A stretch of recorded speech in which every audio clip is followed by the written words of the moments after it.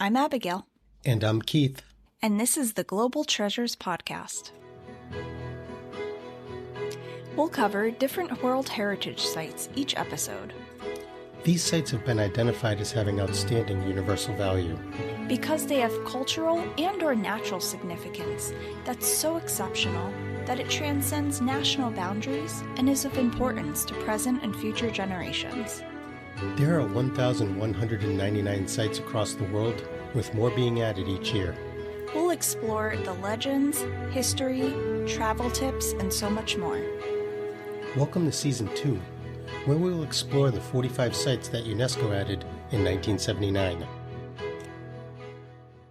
In this episode, Keith and I will be introducing you to the Archaeological Site of Carthage, located in Tunisia. This North African city was the capital of one of the most powerful empires of the ancient world, and was in direct competition with Rome as the most dominant around the Mediterranean. The 3 wars that Carthage fought with Rome are the stuff of legends and lasted 100 years. The rivalry was so great that it famously caused Cicero, the Roman senator, to repeatedly exclaim, "Delendas Carthago," or Carthage must be destroyed. The city was featured prominently in Greek mythology as the home of the legendary Dido, who is also known as Elisa. She's the legendary founder and first queen of the city.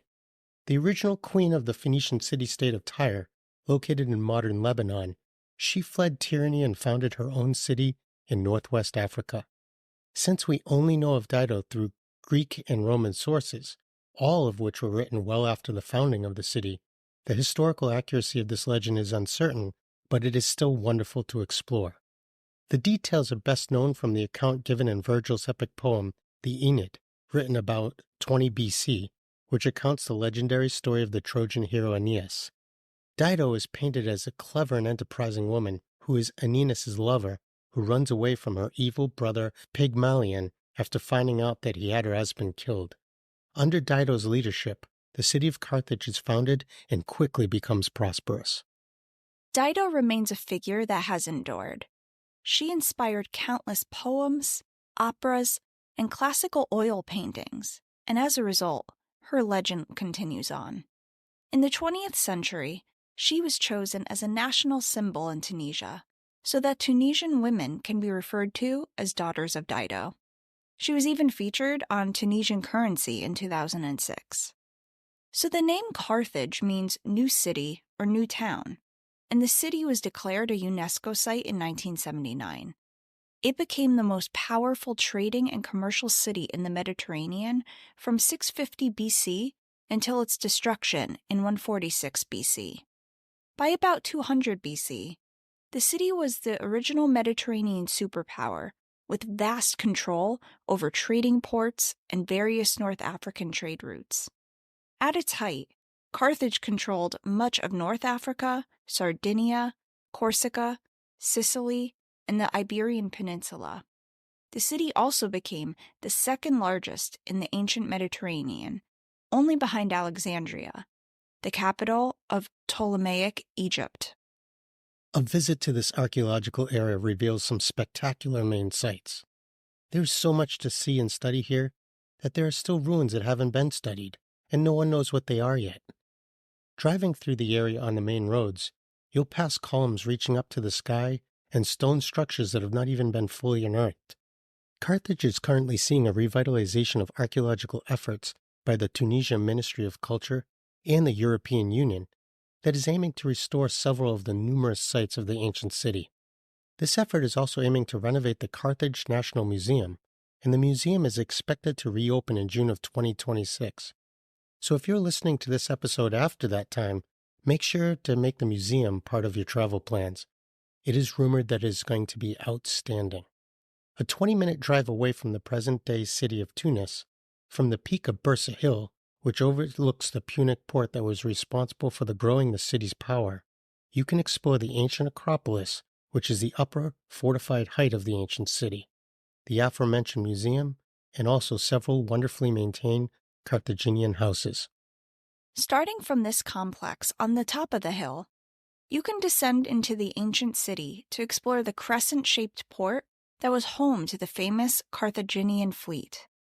While today it's only used by fishing boats, it was the nucleus of the most powerful navy in the ancient world. A small walking path runs around the rim, where you can try to visualize how awe-inspiring it must have been for our ancestors. Down the street is the Tophet of Salambo, which is thought to be an ancient graveyard and could have even been the burial ground for animals and children that were used in ritual sacrifices. While the sacrifice rumor may be true, it's more likely that this was a rumor spread by Greek and Roman rivals. Roughly 20,000 urns buried under stone slabs have been found here, marking it as one of the largest cemeteries from the Phoenician period. Also in the city, Odeon Hill is an archaeological site that holds numerous ruins, including the theater, the Odeon, and the park of the Roman villas. And I realize we should explain.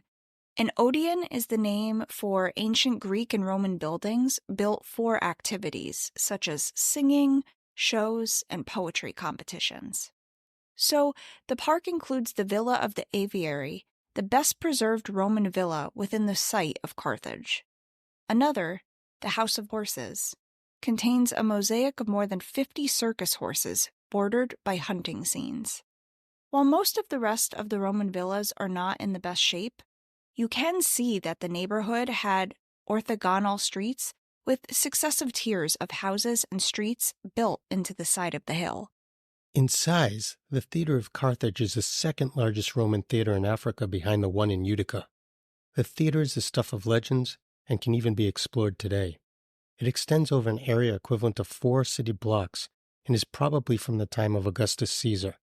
The author Tertullian, who was a prolific early Christian author from Carthage, mentions the famous theater in his writing, describing the richness of decoration, the splendor of the marble, their parquet floor, and the beautiful pillars. You can actually watch archaeologists restore structures here and refurbish mosaics. The city also boasts what's considered to be the largest Roman Odeon as well. Adjacent to the theater and taking up a space of 3 city blocks, it has a seating capacity of up to 20,000 spectators. Down by the ocean and adjacent to Tunisia's presidential palace, the Baths of Antoninus are the largest set of Roman baths built on the African continent, and actually one of the 3 largest built by the entire Roman Empire. Built during the reign of Emperor Antonius Pius, they are considered to be one of the most important landmarks in all of Tunisia. Used for centuries, they were still active well into the Arab period of the city. Remarkably well-preserved walls, tunnels, and porticos make up this archaeological site.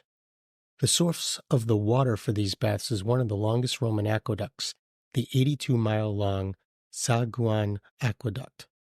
This feat of ancient engineering brought water from a nearby mountain range all the way to the cisterns of La Malga. These are the largest cisterns surviving from the ancient world and held roughly 14 million gallons of water. The Circus of Carthage hasn't been well researched, but was Rome's second largest circus, one that rivaled the Circus Maximus. Built on top of a former necropolis sometime around 238 AD, it remained in use for centuries. Measuring 1,550 feet long by 100 feet wide, there was seating for 45,000 spectators who could watch the exciting, and sometimes deadly, chariot races. The best description of the circus is based on a mosaic found in the Bardo National Museum in Tunis, which I'll talk about later.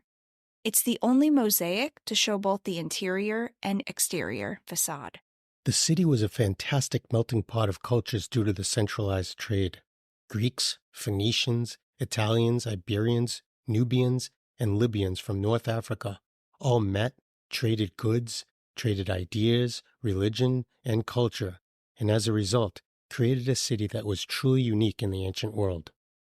Carthage boasted a sophisticated dock harbor that had as many as 200 docks.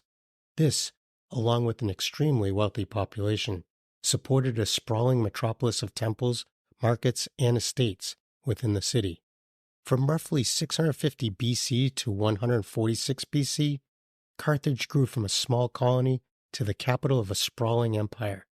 As this colony grew in size and power during the 7th century BC, it began to assert its independence from its nearby mother city, Tyre, which is actually one of the oldest continually inhabited cities in the world. Even as the independence of the city grew, Carthage continued to show allegiance by sending an annual embassy to Tyre's temple of Melkart, which was Tyre's patron deity at the time. After Tyre was conquered by the Babylonians in the early 6th century, the Phoenician colonies in the western Mediterranean turned to the increasingly powerful Carthage for protection and support against the Greeks.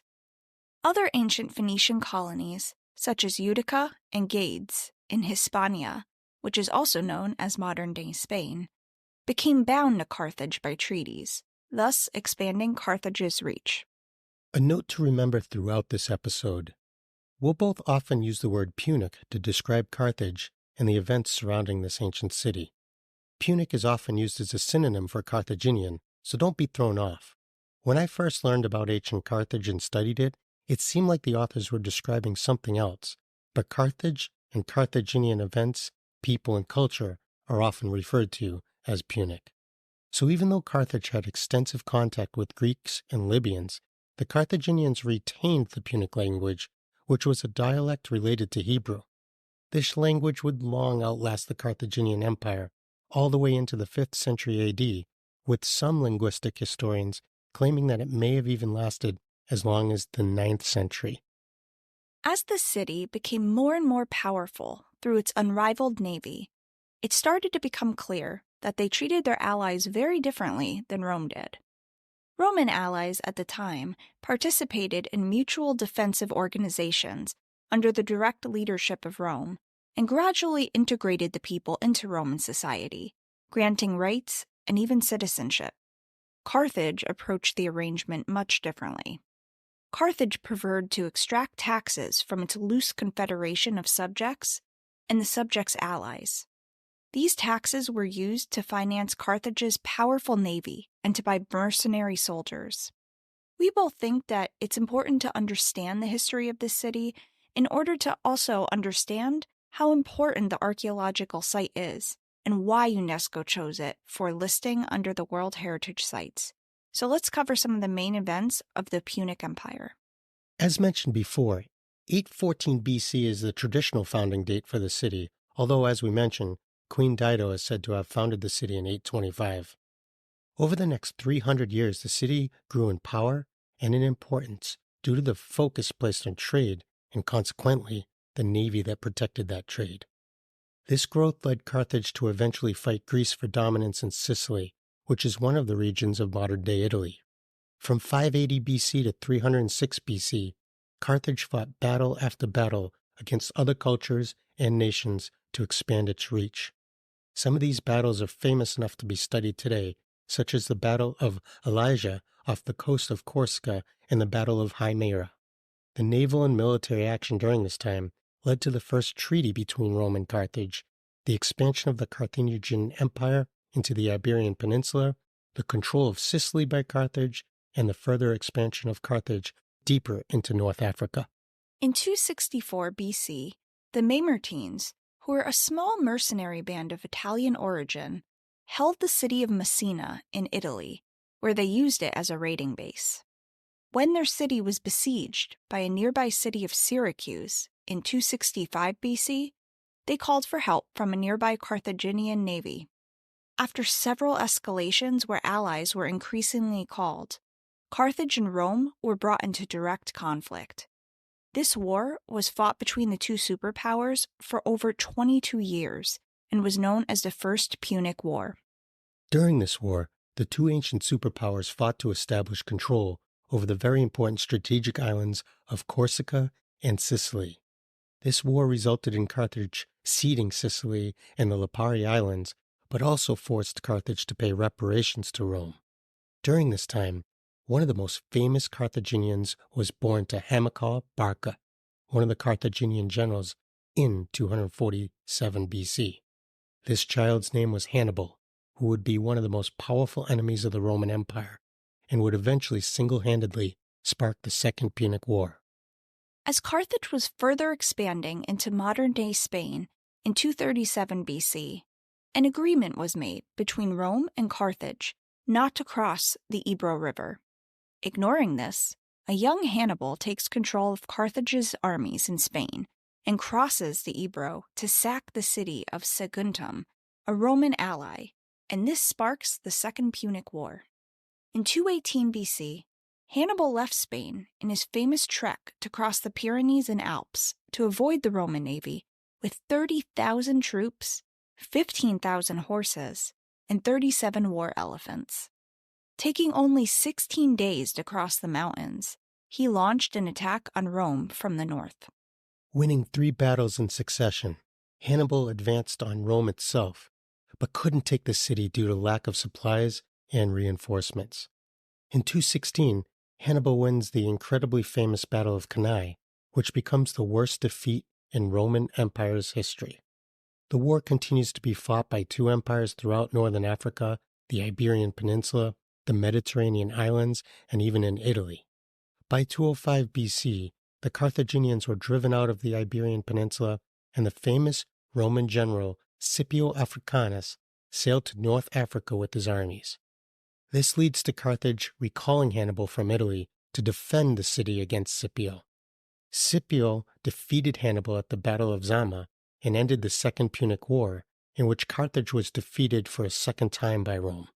Hannibal then flees to Hadrumetum, and a peace treaty is signed by both empires. In 195 BC, Hannibal was in danger of being handed over to the Romans, so he fled further to the Seleucid court of Antiochus III and became his advisor. In 183 BC, Titus Quintus Flaminius, forgive my pronunciation, the Roman general who defeated Macedon, demanded that Hannibal should be surrendered to the Roman hands. King Perseus gives in to these demands, causing the great Hannibal to commit suicide in the village of Libissa in order to escape captivity.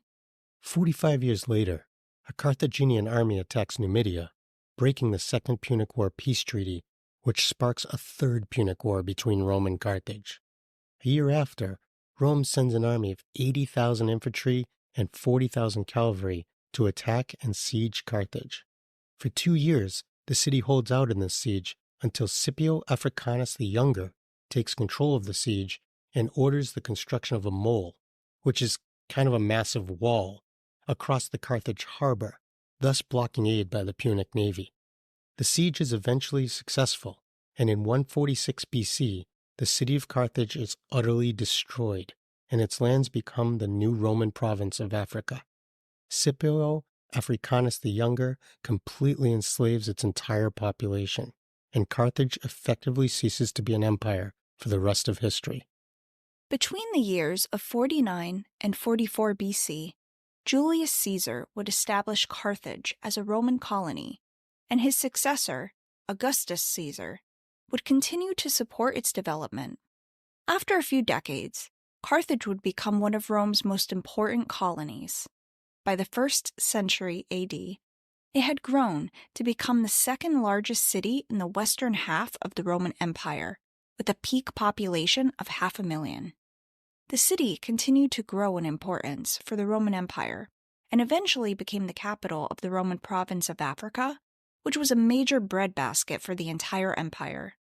The wealth that flowed through the city caused major construction, including the famous amphitheater.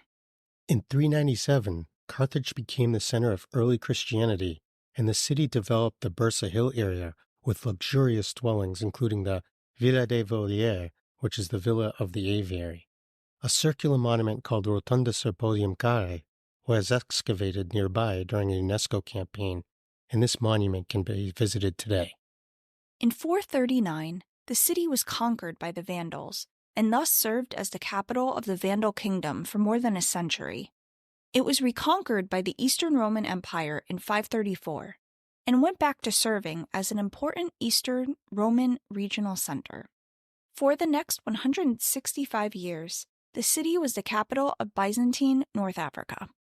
In 698, the city was sacked and destroyed once again in a scorched earth policy by the Umayyad Arab forces. This was to prevent it from being reconquered and used as a fortress by the Byzantine Empire. The city walls were torn down, the water supply cut off, agricultural lands were ravaged, and the harbors were made unusable. This marked the permanent end to Roman rule in the region. There is evidence, however, that people continued to live in the city, and even that the Roman baths were still functioning and in good shape. Throughout the 700s, Carthage was used as a source of building materials for nearby Kairouan and Tunis. The city was garrisoned by Muslim forces until it was captured by Crusaders during the Eighth Crusade in 1270. After the withdrawal of Crusaders, the Hafsids decided to destroy the remaining fortress at Carthage to prevent any future use by a foreign power. The ruins of Carthage were rediscovered at the end of the 19th century, and Odeon Hill was excavated from 1900 to 1901, with the amphitheater then being excavated in 1904. Excavations and archaeology has continued to this day on this incredibly important ancient site. So as one of the most important ancient sites around the Mediterranean, I'm sure that Carthage is on the must-see list for many travelers. Let's talk about how to get there and some tips and tricks while visiting. And of course, let's talk about the food. So Abigail, what did you find out? Sure, so let's get you there.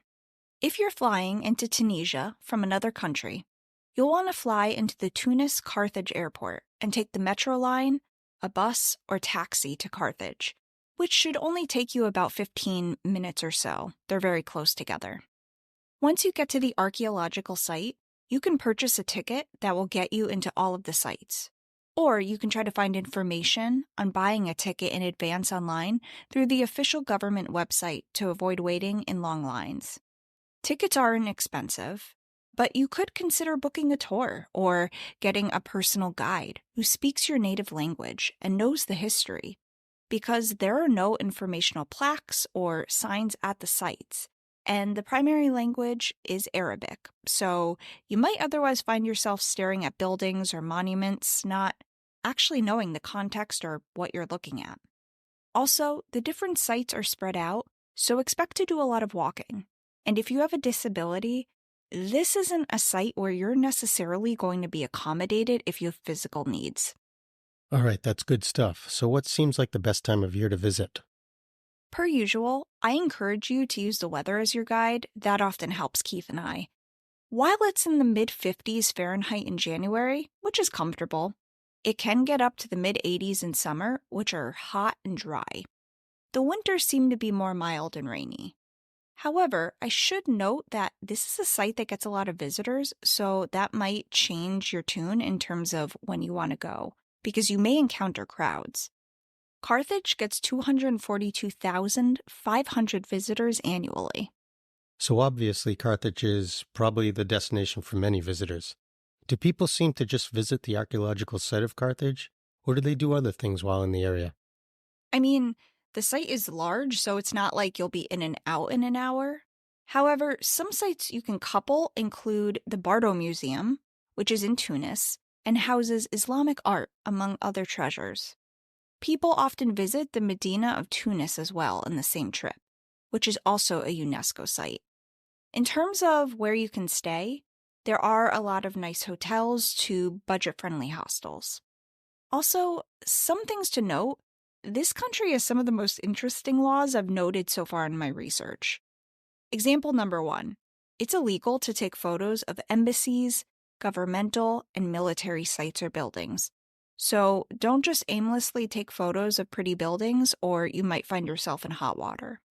Also, if you're like me and you seek out antiques, make sure you obtain permission or any necessary permit before trying to take it home. I guess they have a lot of issues with antiquities trafficking, which is the illegal selling of culturally important items. So this is like selling stolen artifacts from tombs, etc. You likely won't even know that's what you're purchasing, so just be smart. If the price is too good to be true, that might be a red flag. Yikes, that kind of thing bothers me. These antiquities belong in museums, or even better, at the original site in which they were found. Okay, everyone knows that I travel first for the culture, but then second for the food. What can we look forward to for cuisine in the area? I was getting to that. So the food tends to be spicy. Ooh, I dig spicy. I know you do. An example of a popular condiment, or marinade/sauce, if you will, is harissa, which is a mix of garlic, chili peppers, and other spices that's frequently used in dishes. Couscous is a staple as well, and this is boiled durum wheat, which is on UNESCO's list of intangible cultural heritage. It's frequently served at gatherings from holidays to funerals. Meats like lamb or whole fish with the head and tail included, with French fries, are popular too. Okay, that stuff sounds wonderful, and as usual, I'm sure we could put an entire episode together about the food in this region. All right, what about other legends besides the all-important legend of Queen Dido? Did you find any other? 2 legends. So the first is around jinns. There's a story frequently told to children by their parents when they're being naughty and loud. According to legend, whistling at night will summon jinns, which are spirits, who supposedly are real creatures that are kind of residing in a world outside of ours, but have the ability to harm humans. I guess they bring bad juju. It kind of reminds me of the story of La Llorona. Something to scare children into behaving. So don't make your parents whistle, kids. The second is super interesting. There are legends floating around about hidden treasure. There are writings that go as far back as 68 AD, claiming there are valuables and gold coins underneath Tunis and Carthage. It's believed that shortly before the city was destroyed, the Carthaginians took all of their worldly possessions and buried them in a tunnel under the city. This sounds plausible to me and has been done throughout history. Wow, so that's a legend worth listening to. I mean, the Carthaginians knew that the city was about to be taken, so I'm guessing they would have ample reason to do such a thing. Any leads on this yet?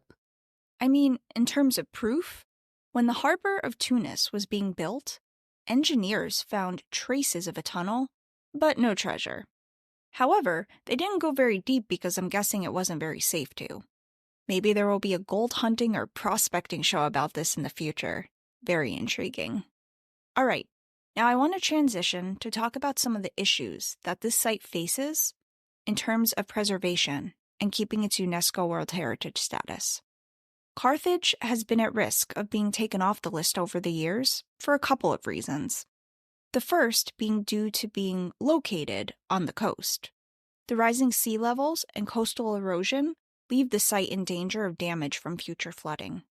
There has been talk of adding seawalls to protect the ruins, but I don't see that there's been any movement on actually getting that construction started. Also, there was major controversy when the government knocked down homes overnight without alerting residents, because some homes and buildings were constructed without permission, on land that specialists deemed to have historical importance. The government has been battling in court with locals who are claiming discrimination. I just can't imagine coming home one day to find my house wasn't there. That's a tough situation.